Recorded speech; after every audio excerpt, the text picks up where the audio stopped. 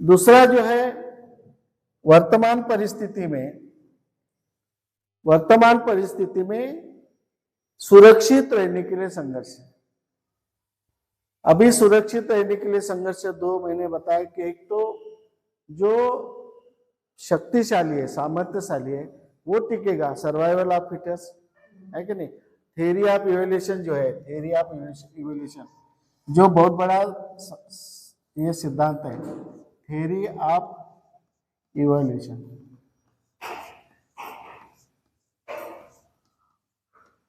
Theory of evolution यानी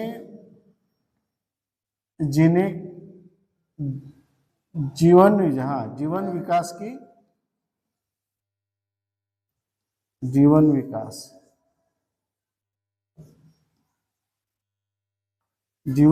का सिद्धांत। जीवन विकास का सिद्धांत। अब जीवन विकास के सिद्धांत में ये पूरे दुनिया में लागू है। ये सिद्धांत ये भारत पुरता नहीं है, तो पूरे दुनिया में लागू है। उसमें क्या कहता है, थ्योरी ऑफ इवोल्यूशन में जीवन विकास का सिद्धांत ये दो बातें बताती है जीवन विकास के सिद्धांत में। एक तो अस्तित्व के लिए संघर्ष, दूसरा सर्वाइवल ऑफ फिटेस्ट, यानी जो शक्तिशाली है वो ही बचेगा। ये नेचुरल लॉ है, ये किसी देश का नहीं है, पूरे दुनिया का नेचुरल लॉ है। अब इस नेचुरल लॉ पर उन्होंने काम किया, उन्होंने नेचुरल लेवल पे काम किया। इसमें क्या किया उन्होंने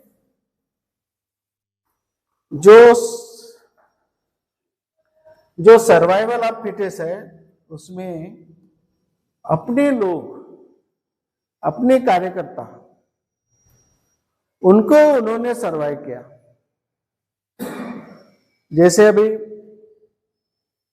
तुम उनके लिए काम करते हो, उनके संगठन के लिए काम करते हो, किसी मदद करते हो उनको, तो तुम्हारे लिए कुछ भी करेंगे। तुमको नौकरी नहीं नौकरी लगा देंगे, तुमको ये करेंगे। क्यों? कि तुम उनके लिए काम कर रहे हैं, इसलिए तुमको सर्वाइवल ऑफ फिटेस्ट, ये फिट तुमको बना रहे हो। फिटेस्ट कौन बन रहा है अभी? टिकेगा कौन? फिटेस्ट। शक्तिशाली टिकेगा, शक्तिशाली टिकेगा। और शक्तिशाली किसको बनाया जा रहा है? जो उनके फेवर के लोग हैं उनको। और जो दुर्बल किसको बनाया जा रहा है? हमें कमजोर बनाया जा रहा है, दुर्बल बनाया जा रहा है, हमें हमारे ऊपर अन्य अत्याचार हो रहा है, हमको दबाया जा रहा है, हमारी मानसिकता को, हमारे मॉरल को पूरा डाउन बनाया जा रहा है। यानी आगे चल के हम किसी प्रकार का संघर्ष न करें, डरे, चाहे बाबा साहब आम्बेडकर के स्टैचू का कुछ भी हो, लेकिन हम सामने नहीं है। ऐसा एक दहशतवादी, डरावना, इस तरह से वातावरण यहाँ पर किया जा रहा है। एक तरफ संघर्ष में दोनों लोग हैं, वीकेस्ट है और फिटेस्ट है। तो फिटेस्ट एक समाज को बनाया जा रहा है, एक समाज को फिटेस्ट बनाया जा रहा है, और एक समाज को दुर्बल बनाया जा रहा है। ये देखो चाल, तुम्हारी इनकी चाल है ना, ये चाल समझने लायक है। उनके जो कार्यकर्ता है उनके लिए काम कर रहे हैं, चाहे चमार हो, चाहे भंगी हो, चाहे कुछ भी हो, उनको फिटेस्ट बना रहे हैं। और जो अम्बेडकरवादी महार समाज के लोग उनके विरुद्ध में संघर्ष कर रहे हैं, उनको दुर्बल बना रहे हैं। तो जब सर्वाइवल ऑफ फिटेस्ट का सिद्धांत है, उसमें जब संघर्ष होगा तो संघर्ष में कौन बचेगा? कौन बचेगा? वही बचेगा इन्होंने जो जिनको स्ट्रांग बनाया, जिनकी सुरक्षा इन्होंने की, वही सुरक्षित रहेगा। जिनको उन्होंने दुर्बल बनाया वो खत्म हो जाएगा। कुछ साल के बाद में हम कुछ नहीं बोलेंगे, हमारे अंदर की जो विद्रोह की शक्ति है वो पूरी तरह खत्म हो जाएगी। अरे कोण जाईल त्या जेलामध्ये? जेलामध्ये टाकतात आणि माणसाला मारून टाकतात, ए पोरा तू जाऊ नको, ऐसे ही होगा ना। हर माँ बच्चे को बोलेंगे तू जा मत, वहां जाने के बाद में तेरे को मार मार के मार डालते हैं। एक दहशतवाद निर्माण हो गया। तो दहशतवाद के लिए एक समाज दुर्बल बन रहा है और इनके ऊपर कोई कार्रवाई नहीं हो रही, इसलिए ये शक्तिशाली बन रहा है। तो एक सिद्धांत है निसर्ग का कि जो शक्तिशाली है वही संघर्ष में बचेगा, जो दुर्बल है वो खत्म हो जाएगा। तो इस तरह से स्ट्रेटेजी हो रही है कि स्ट्रगल फॉर एग्जिस्टेंस में जो है, इसमें बहुत बड़ी नीति हो रही है। ऐसे नीति में वो लोग फिटर से शक्तिशाली है वो बचेंगे और हमको और दुर्बल बनाया जा रहा है। हमारे लड़के अभी फॉरेन में जा रहे हैं, नौकरी आने मिलती, फॉरेन में जा रहे हैं। अब उनको फॉरेन में जाने के लिए रोक रहे, वो टाइफन नहीं दे रहे, शिष्यवृत्ति नहीं दे रहे। इस तरह से चारों तरफ से हमको दुर्बल बनाया जा रहा और एक ही समाज को सामर्थ्यशाली बनाया जा रहा है। इसलिए कि जब भी स्ट्रगल होगा तो उसमें स्ट्रॉन्गेस्ट विजयी होंगे और जो दुर्बल है वो पराजित होंगे। इस तरह से संघर्ष चल रहा है।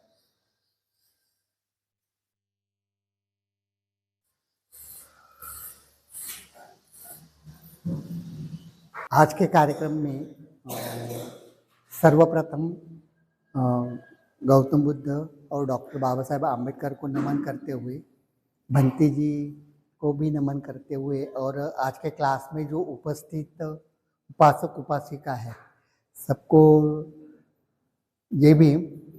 और आज के क्लास में भंती जी ने अपन को 2 सब्जेक्ट के ऊपर में प्रकाश डाला है। एक यानी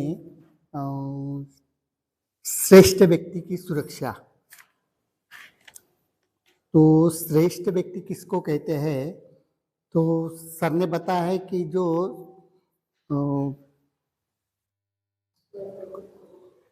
स्वयं को दुख मुक्त करके दूसरों को भी दुखों की मुक्ति करते हैं,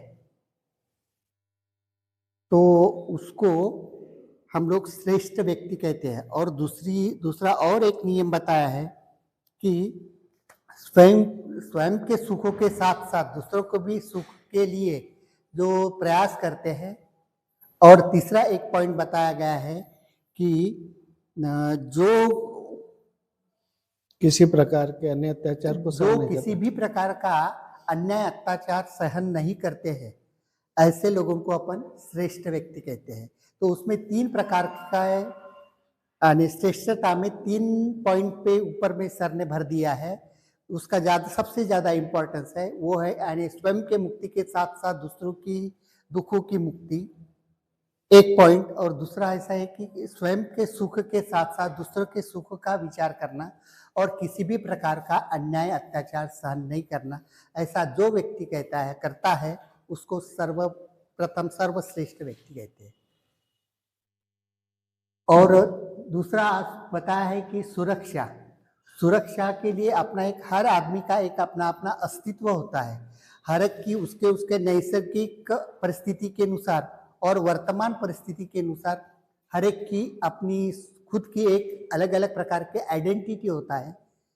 तो उसमें सबसे ज्यादा, लेकिन सबका एम एक ही होता है।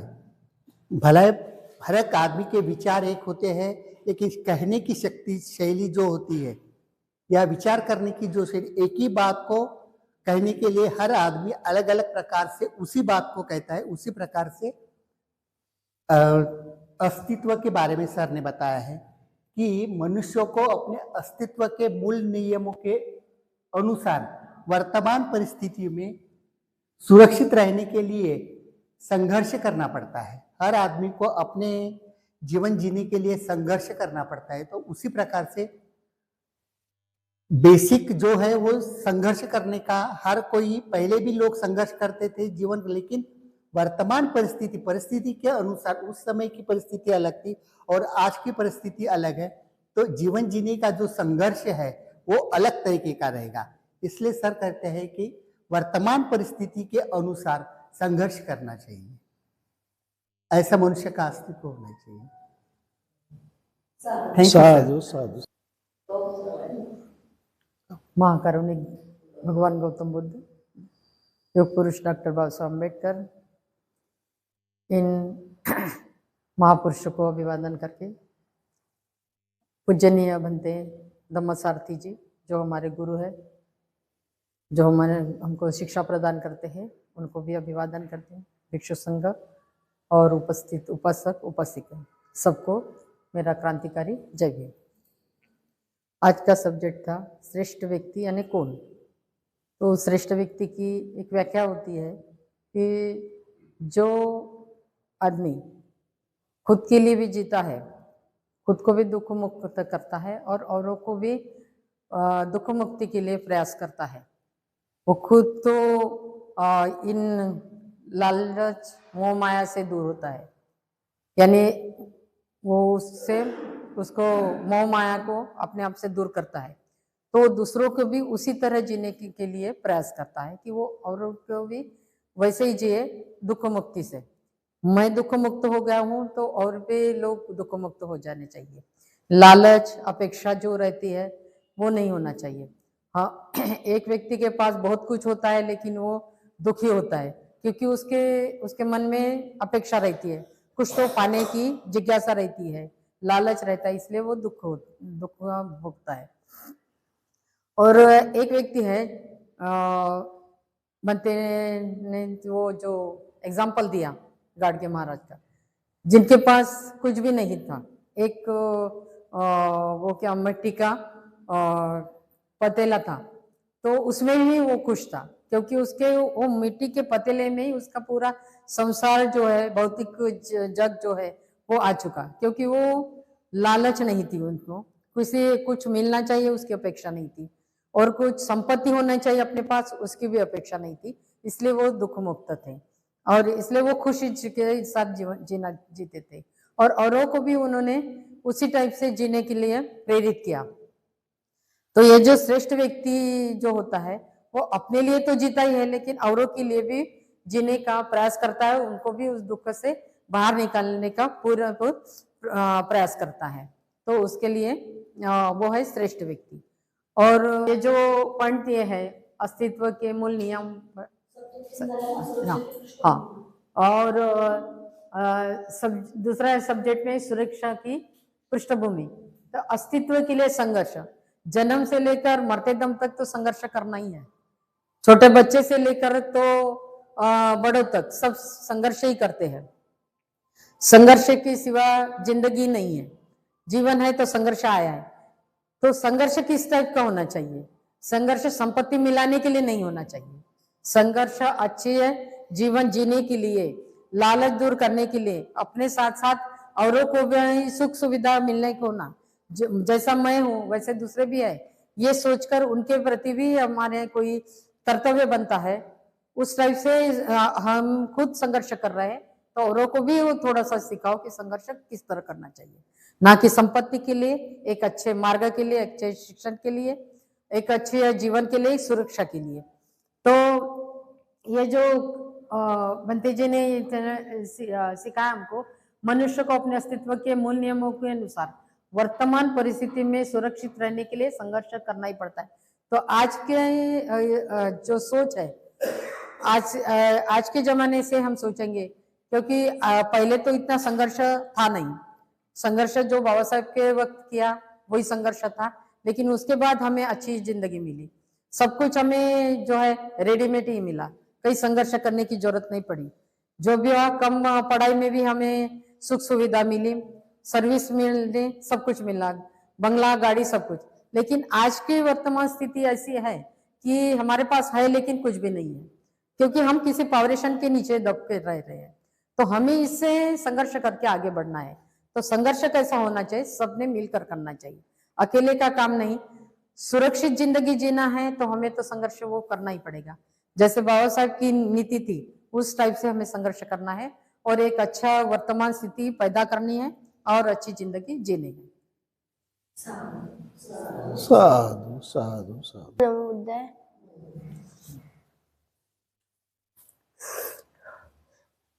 आज दिनांक 21 डिसेंबर 2024, आज इथे धम्म वर्ग आहे, सगळे इथे उपस्थित आहे, सगळ्यांना माझा जय भीम, बंटीजींना भी माझा जय भीम। अच्छा विचार श्रेष्ठ व्यक्ति की सुरक्षा। श्रेष्ठ व्यक्ति किसको करना चाहिए? जो जो खुद की समस्या भी किसी की खुद की भी समस्या का हल निकालकर अपने घर के बाजू वाले की या कहीं पर भी कोई मुसीबत में उनकी समस्या का हल निकाले, उसको श्रेष्ठ व्यक्ति कहते हैं। फिर वो एक व्यक्ति दूसरी की मदद करता है तो वो दो व्यक्ति बनते हैं। फिर उनमें नैतिकता होती है। फिर वो दो व्यक्ति और लोगों की मदद करना चाहिए, कोई और समस्या में हो। फिर वैसे ही पूरा देश, ऐसे समाज, ऐसे फिर पूरा देश समस्या से मुक्त होगा। उसके बाद का विषय सुरक्षा की पृष्ठभूमि। मनुष्य को अस्तित्व के लिए संघर्ष छोटे लड़के से लेके बड़े लड़के तक करना पड़ता है। संघर्ष पढ़ाई में, कमाई में, अपने को कहीं जाना है उसके लिए संघर्ष, कभी अपने को स्कॉलरशिप चाहिए उसके लिए संघर्ष, कुछ बनना है अपने को उसलिए संघर्ष, ITI में जाना है या कहीं बड़ा होके दूसरे देश में जाना है अपने को, उसके लिए संघर्ष सबको करना पड़ता है। जय भीम।